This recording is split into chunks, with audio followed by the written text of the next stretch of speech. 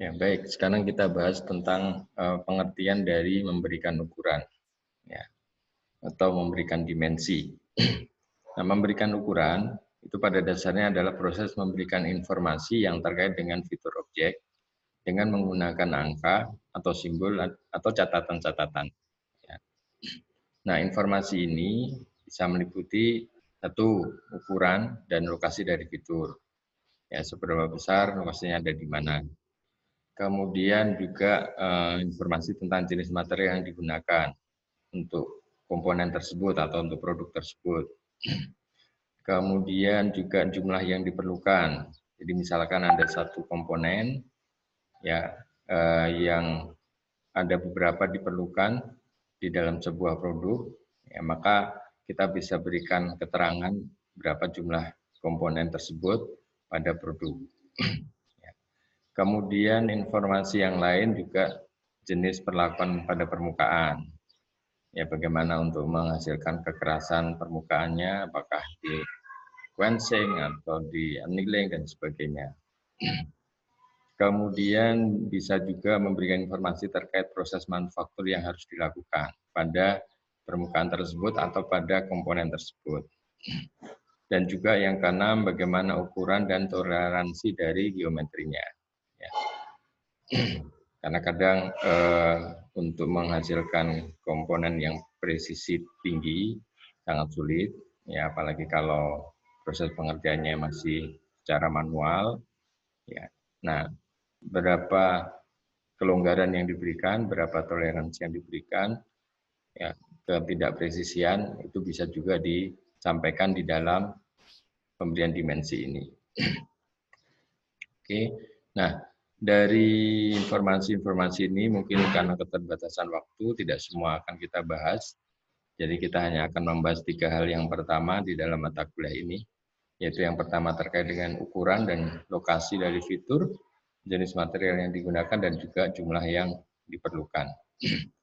Nah, ada sistem yang digunakan pada ukuran yang kita sebut dengan sistem internasional. Ya. Nah, yang pertama sistem metrik, ya, sistem yang menggunakan ukuran meter. Ya, di sini dicontohkan standar ISO atau International Standard of Organization dan juga GIS, ya, Japanese Industrial Standard, ya, jadi standar yang digunakan di Jepang dan juga standar internasional ISO. Ya, contohnya misalnya ini, jadi memberikan ukuran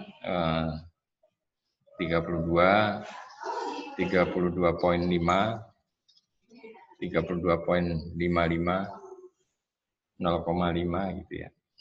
Jadi untuk desimal tidak hanya cukup dituliskan angka di belakang komanya saja, tetapi juga perlu dituliskan 0 di depan koma atau di depan poin. Kemudian ada juga yang menggunakan decimal inci system atau sistem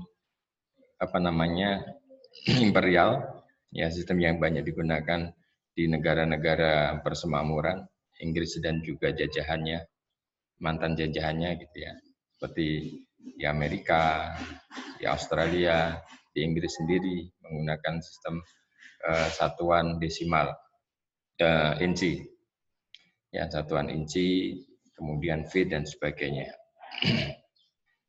Kemudian sistem pecahan, ya, misalkan 1/4 seperti ini, 5, 3/8 dan sebagainya. Ya, ini adalah sistem yang digunakan pada pemberian ukuran atau pemberian dimensi. Nah, untuk perkuliahan kita hanya akan menggunakan sistem metrik. Ya, jadi kita tidak menggunakan sistem imperial atau menggunakan inci dan feet gitu, ya, atau menggunakan fraksional yang menuliskan pecahan di dalam pemberian ukuran, tetapi kita menggunakan sistem metrik, ya, di mana kita menggunakan angka desimal. Oke, itu.